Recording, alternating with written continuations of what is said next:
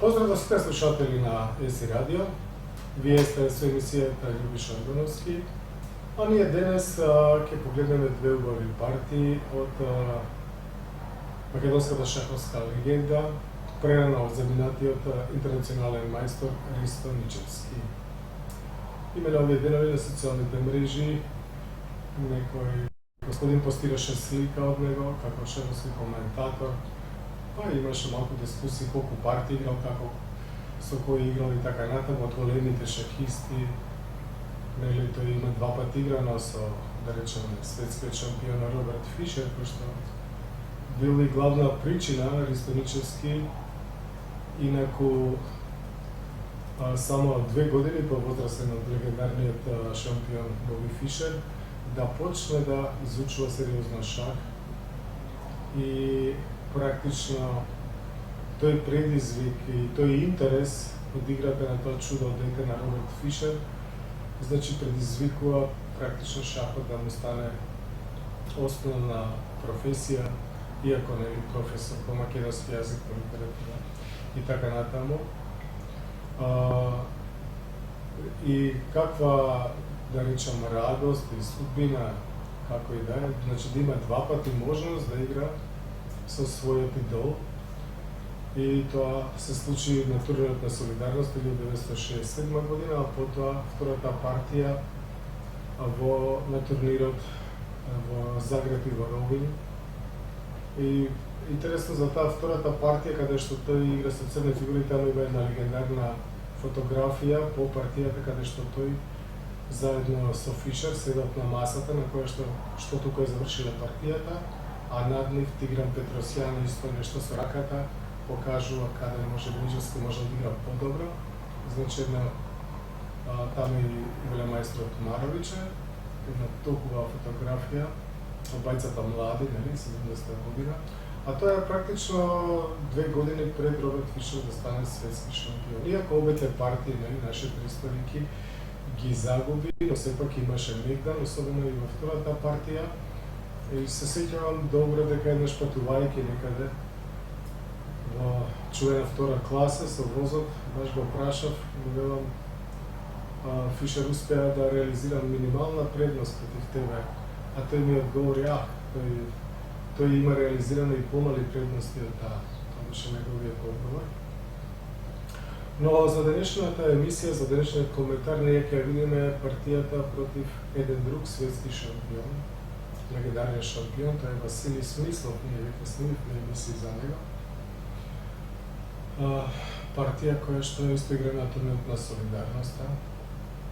Ќе видиме денес таа партија, а исто така, значи за одбележување, нели, дека тој има играно со светскиот актуелниот светски шампион тогаш Анатолий Карпов 1976 година во Скопје. На последниот турнир на Солидарноста практично и имав можност, би рекол привилегија, да гледам таа партија во живо именно тие денови постојано.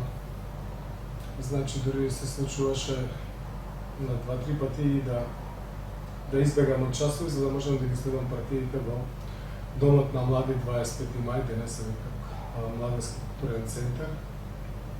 И таа партија исто така ја гледав, кај што Ничевски имаше навистина одлична позиција и цајтното и преголемиот респект, веројатно кон Карпов, кога тој исклучително многу го ценеше, му попречија таа партија да заврши понека како што заслужуваше. Именно никако не требаше да ја загуби, да се случи Ничевски да ја загуби таа партија. Но без разлика на тоа каков резултат имал Ничевски, важно е дека тој играл со тројца светски шампиони, нели? И тоа само говори и за неговата кариера. Значи не може секој да седне и да игра со светскиот шампион или поранешен светски шампион. Исто така има играно со многу силни други шахисти, да има победен од Тиман. Таа 76 година, да речеме, Тиман му се спаси во Скопје, но некоја година предходно Ристо со црни фигури го победи. Исто така има играно со Портиш, со Хорт, со Улман, со Григорич има 6 партии одиграно, 3 реми од нив, со Матановиќ, значи со многу силни шахисти. Втората партија која што ќе гледаме, тоа ќе биде една од партиите играни против Светозар Глигорич. Таа партија исто ќе биде предмет на овој шаховски коментар и предлагам веднаш, затоа што се две многу возбудливи, интересни партии, динамични партии, веднаш да погледнеме демонстрационата табла.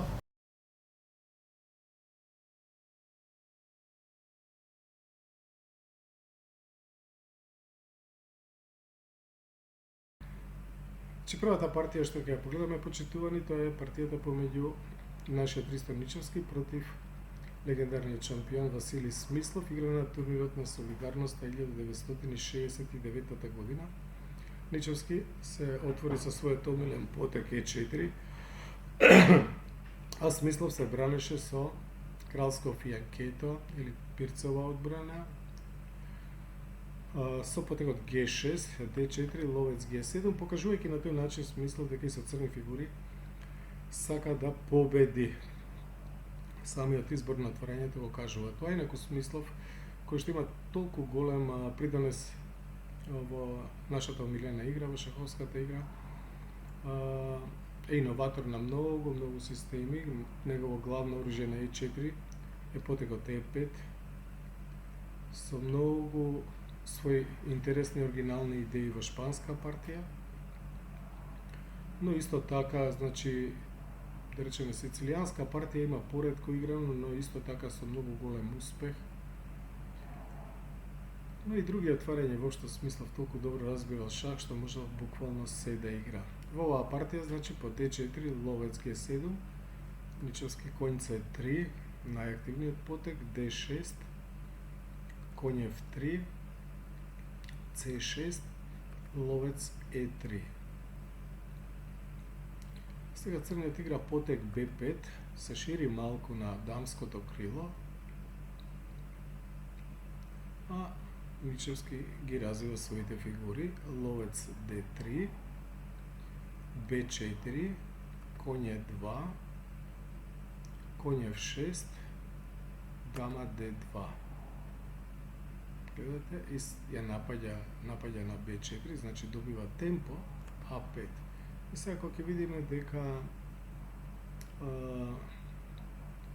поранешниот светски шампион игра премногу потези со пешаци и, како што се изразува Дејан Ничевски во својата книга посветена на татка си, откако малку пензионерски го одигра отварањето, Ничевски со своите развиени фигури тргнува во акција и тој продолжува многу енергично и точно. Ловец H6 да ја смени единствената активна црна фигура, а при тоа тој ловец треба да го штити и кралот, нели? Затоа од тука ловец H6, мала рокада, сега уште еден правилен потек, E5, зафаќа простор во центарот, при тоа со темпо, бркајќи го црниот коњ, Д зема на E5, Д зема на E5, коњ Г4, сега ловец зема на Г7, крал зема на Г7.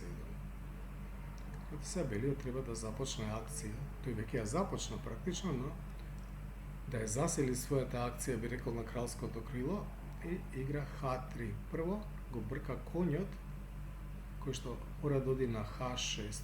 Например, непрецизно, неточно би било веднаш H4 заради H5. Црниот ќе стигне да блокира и да го задржи коњот на G4, вака по H3, коњ H6, сега H4. А црниот се обидува да развие сега некоја фигура, коњ A6, тој сака со коњот да дојде на C5, се разбира, но по H5 ќе видиме дека црниот ќе нема време, нема да стигне за тоа. Сега за каната се разбира Hg6, ќе виси коњот на H6, затоа коњ G4, црниот мора повторно да губи време, H зема на G6, H зема на G6 и сега уште еден одличен потек, дама G5.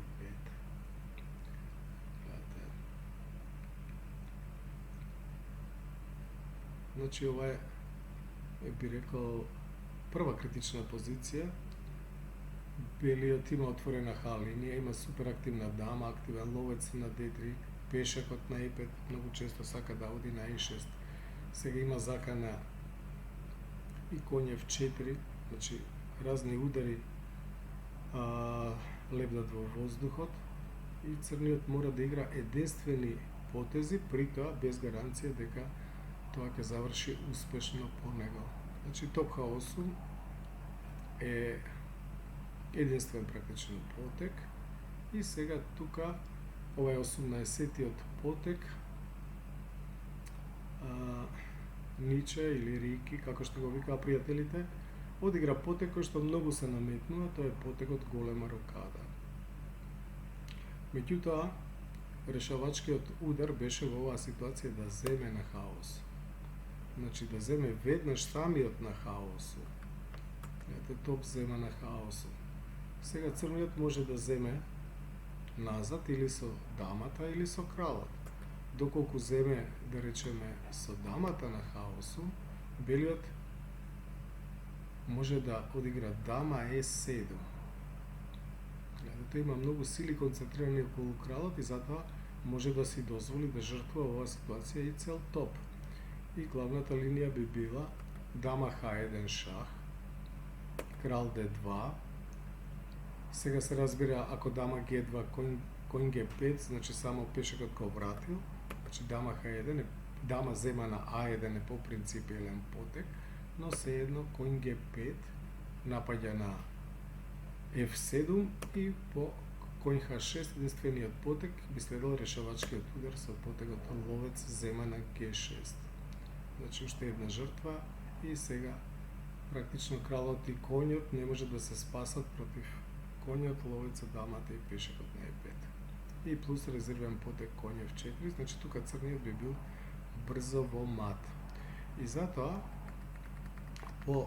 доколку го одиграше правилниот потек на ова место топ хаосу, значи црниот би морал да земе со крал практично, крал хаосу, и сега белиот, како да засили, тој сега треба да одигра голема рокада и по конј F2, што е најотпорно.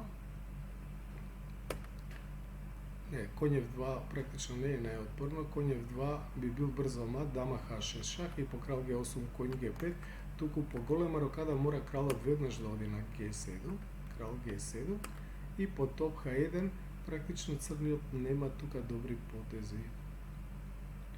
Да речеме, ако сака дамата да ја донесе во одбрана, например, на G8, затоа што една од заканите е и дама H4, да одигра топ А7, да си го пази пешекот на Е7, може да следи потекот коњот F на D4. Сега има многу закани. Белиот главна е коњ C6 зема, значи со напад на дамата и топот, да речеме, а по дама G8 би следел потекот E6, кој што ќе ја прекине комуникацијата помеѓу ловецот на C8 и коњот на G4. Гледате, ранлив е на G4, на G6, на F5, така што белиот ефектно би ја добил оваа партија. Значи, личевски играш одлично, само требаше да го одигра уште овој 18-ти точен потек, да земе прв на хаосун, ја воопшто не се сомневам дека таа партија ќе влезеше во многу шаховски учебници, како треба да се води напад и воопшто како треба да се... Нели прво, тој одлично го изгради нападот и како треба да го заврши тој матен напад. Но по голема рокада, што навидом е многу логичен потек, практично се развива, не отстапува на Х линијата и сега ги има сите закани почнувајќи со топ Х8, ќе видиме дека има разлика. Но мора да му се одаде признание на пранешниот светски шампион Васили Василевич, што значи од тука па натаму тој се бранеше одлично, практично со единствени потези. По голема рокада следеше коњ зема на F2. И сега можеби Ничевски во прв момент сметал дека ќе ја добија партијата тука со ефектниот потек ловец G6, но кога се задлабочил видел дека црниот има страшна парада на потекот ловец G6, тој не го зема ловецот жртва, не зема ни еден топ, туку игра F6. Ја напаѓа дамата на G3, на G5, која што нема добро поле да отстапи практично. Затоа по коњ F2 Ристо игра топ зема на хаосу, дама зема на хаосу, И сега дама E7. Конјот го зема топот на D1, а белиот продолжува со коњ G5. Напаѓа на F7. Единствен потек повторно е дама F8. Дама F6 шах, крал G8, сега ловец C4. Белиот и понатамо напаѓа, тој се сака да матира со потекот дама зема на G6 шах, затоа што F пешекот е врзан. Затоа црниот повторно мора да ја затвори таа диагонала, игра ловец E6. Сега коњ E6 зема, ја напаѓа дамата на F8, F зема на E6, дама зема на G6 шах, дама G7, мора да покрие дама на E6 шах, крал H8 и сега ловец на A6. Црниот мораше да игра единствени потези. Сега топот не може да го земе згодно ловецот, затоа што дама C8 шах би следало и дама A6, затоа тој игра коњ F2, бега со коњот од D1 и по ловец C8 сака да го вклучи ловецот повторно во игра, игра дама на F8. Ловец D7, напаѓајќи го ловецот, ловец D7 и сега топ D8. Сега црниот успеа да ги поврзе своите редови и по дама зема на C6, коњ G4 да се активира. Сега црниот е спремен, нели, да дојде со дамата на F1 и да има своји закани, нели. Коњот од G4 одлично поставен, тој ги пази важните полиња H6 и F6, особено полето H6. И ја отвора линијата за својата дама, F линијата. Следи E6, патен пешекот на E5 беше нападнат.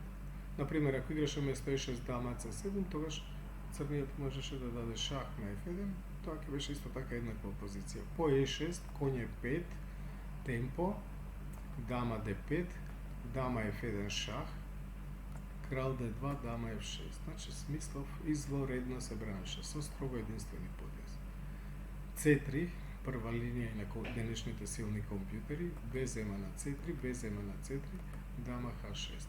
И воопшто, значи, подготвувајќи се за оваа емисија, проверив играта на обајцата противници во оваа партија. Значи, откако Ничевски му дал шанса на својот противник, обајцата играле, речиси, идеална партија. По дама H6, крал C2, дама H7 шах, повторно, крал B2 и сега коњ D7. Е зема на D7, топ зема на D7. Сега веќе белиот, кој што има два пешаци за квалитет, но има лоша структура, но црниот има две тешки фигури, мора да внимават. Сега белиот треба или да ремизира со вечен шах, или да ремизира во оваа завршница, каде што ќе биде малку послаб во крајна линија, но црниот не ќе може да го победи само со топот и А пешекот против коњот. Да речеме патем и да го загуби тој на G2 пешак против коњот, двата пешаци и активниот крал кој што брзо ќе го нападне А пешакот. Значи по топ D7, дама E5 шах, дама G7, дама H5 шах, крал G8, дама E8 шах, крал H7, дама E4 шах, дама G6, дама зема на G6. Тоа е запишаниот 43-ти потек во оваа партија. Тука партијата била прекината, но Ничевски ми кажа, тогаш кога сум го прашал за оваа партија, дека тој му предложил на својот голем противник Реми без продолжение и Смислов само кимнал со главата и утредента ги подпишале формуларите. Значи, Реми без продолжение. Тоа е првата денешна партија.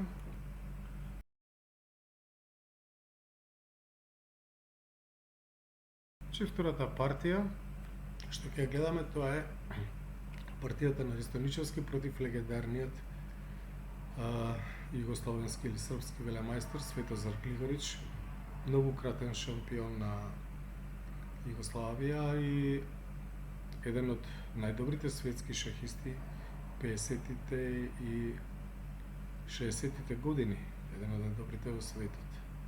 Значи, партијата игра на 68 година, кога Глигорич е уште многу силен a Ničevski na 23 годишна возраст. По D4 конј F6, C4, G6, Ристо се бранеше со својата омилена кралска индиска одбрана. Значи, едно од неговите омилени отворења покрај разните системи на Бенони, тој се чувствуваше и како риба во вода во кралска индиска одбрана. По G6, конј C3, ловец G4, ловец G7, E4, D6, конј F3, мала рокада, ловец E2, тоа е основната варијанта во кралско индиска одбрана.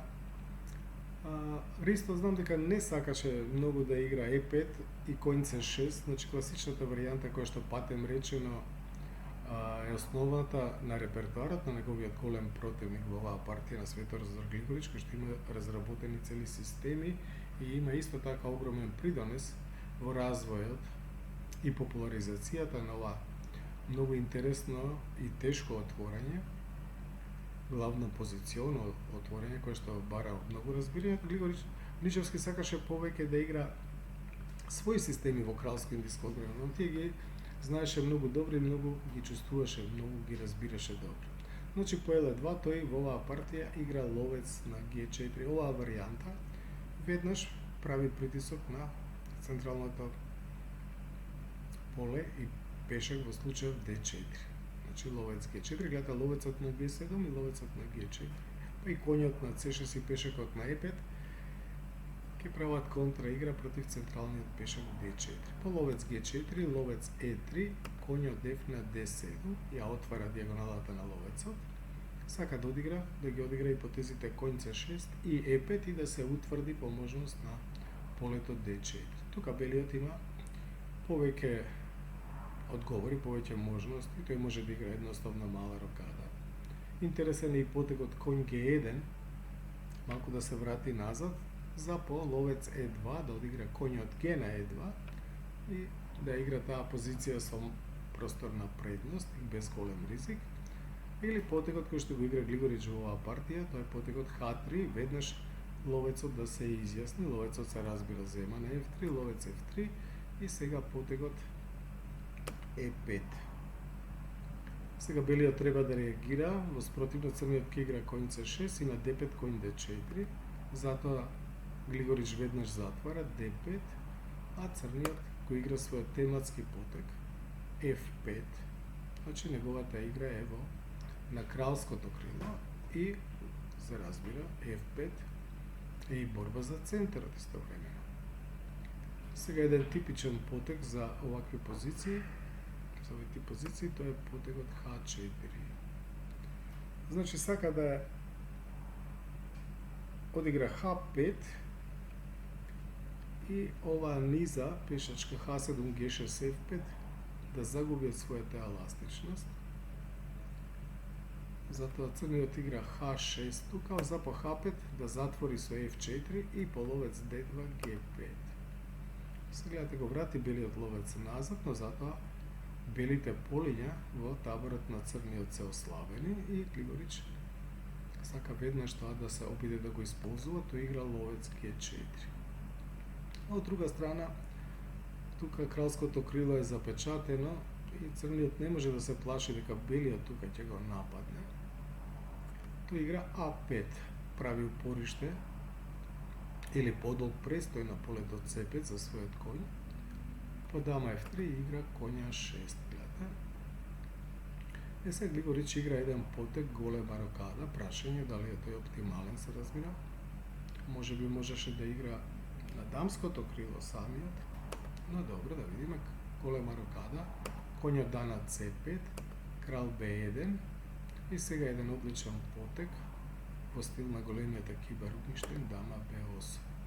Имате проблем на црниот му е таа дама и гледате како Ничевски тоа го решава тој проблем. Проблемот на позицијата или на положбата на дамата од секогаш бил многу важен фактор кој што ја определува оценката на позицијата.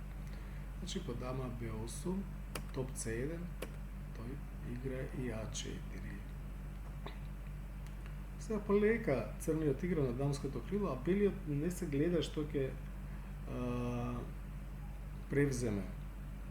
Затоа што на кралското крило тој не може да нападне. Црниот има беден тука, нели H6, G5, F4, G5, D6.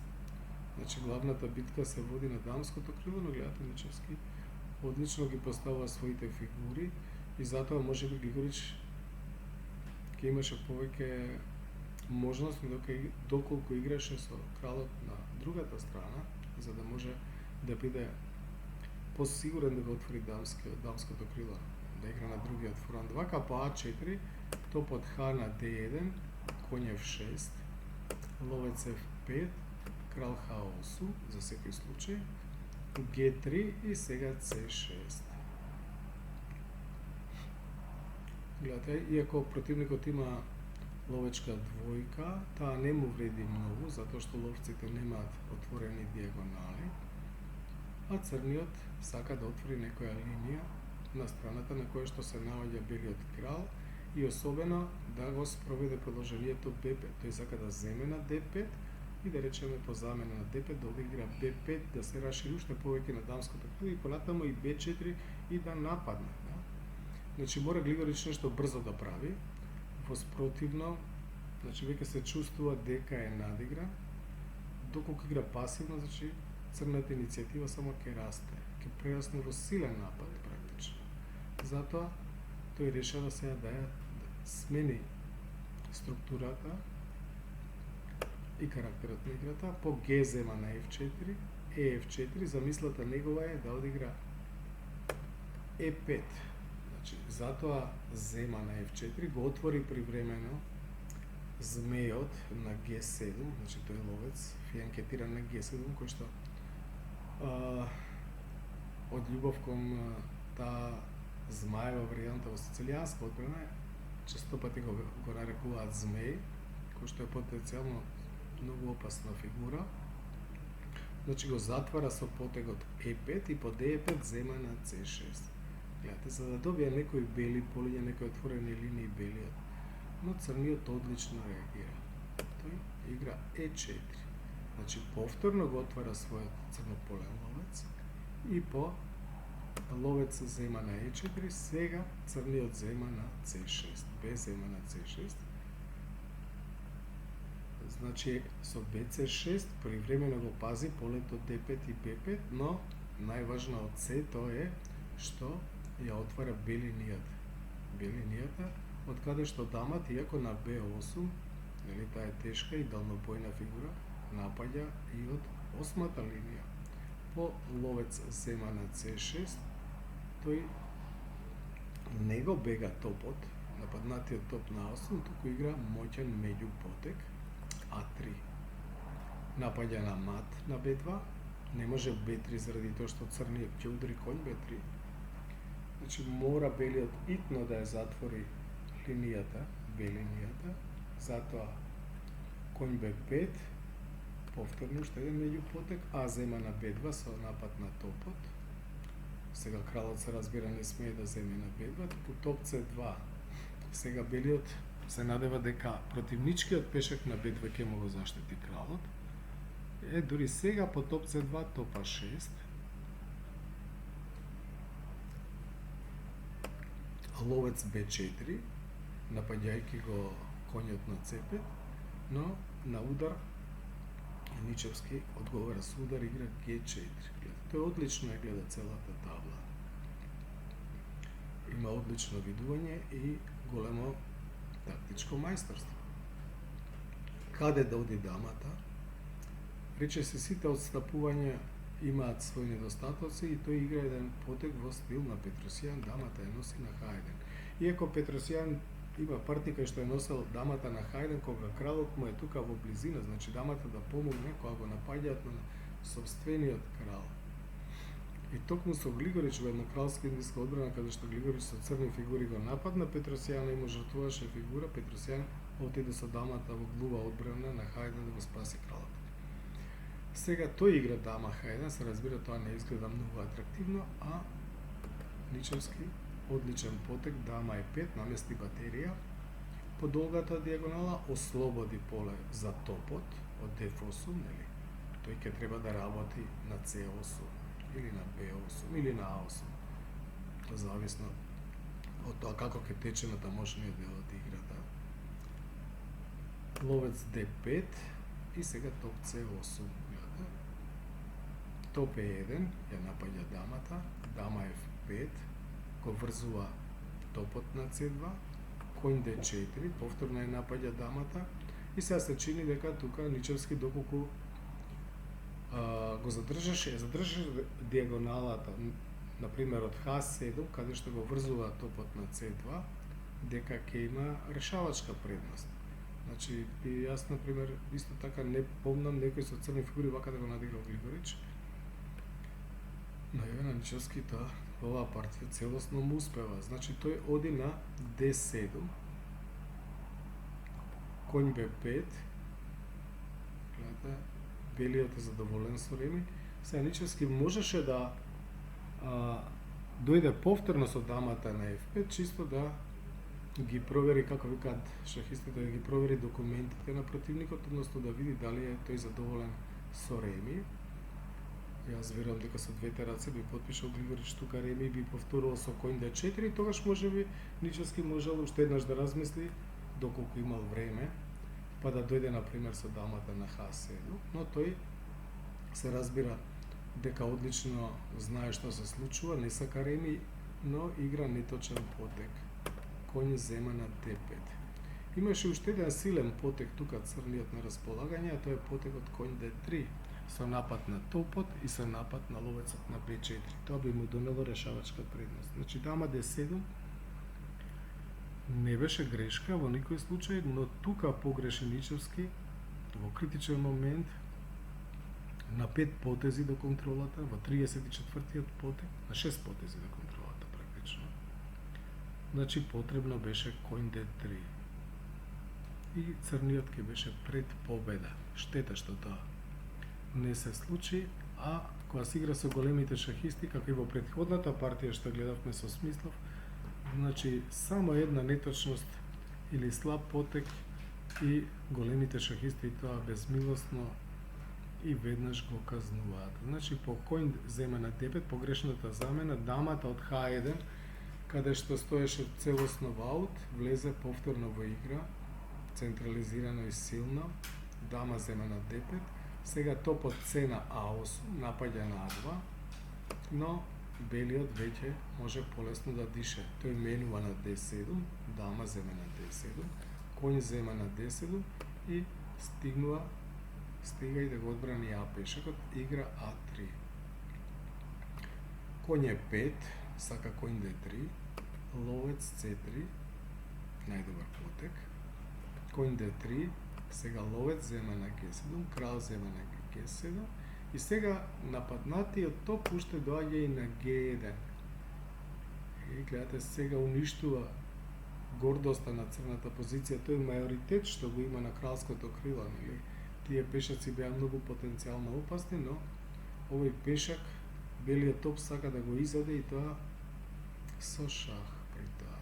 Сега црниот мора да пази да не дојде во многу послаба позиција, но Ничевски тука е точен. Тој игра топ А3, правилно, топ зема на G4, крал F6, топ зема на А3, топ зема на А3. Сега има квалитет помалку, но практично белиот мора да земе на Б2 заради тоа што топ А1 би било пораз, затоа топ зема на Б2, сега крал F5, уште еден од многуте меѓу потези на Ничевски во оваа партија, го напаѓа топот на G4, топ G6, сега конј зема на B2, крал зема на B2 и топ F3.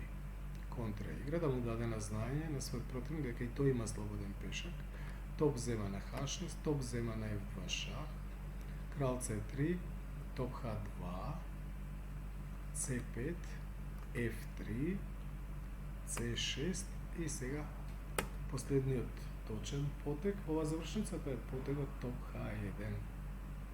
Гледате, топот стига и по цели линија да го контролира противничкиот пешак, а сака и F2 да игра. И во оваа позиција, значи партијата, противниците се договориле на реми. Значи, видовме навистина две убави партии денес. Инаку во неговото творештво има толку убави партии што значи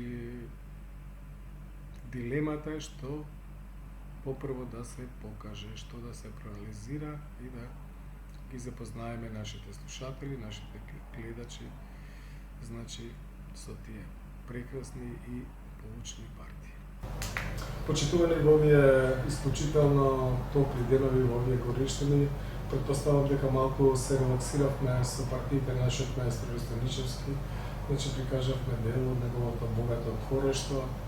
Инаку имаме среќа што неговиот син Дијаничевски напиша прекрасна книга Одбрани партии на Ристоничевски, на неговиот татко.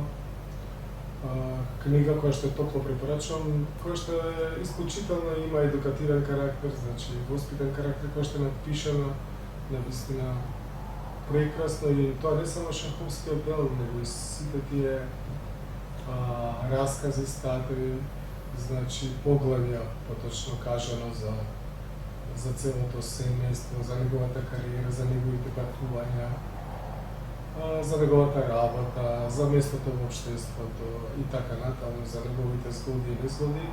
Значи, тоа препорачувам книгата на Ристоничевски, но најмногу најмладите кои што ќе има можност.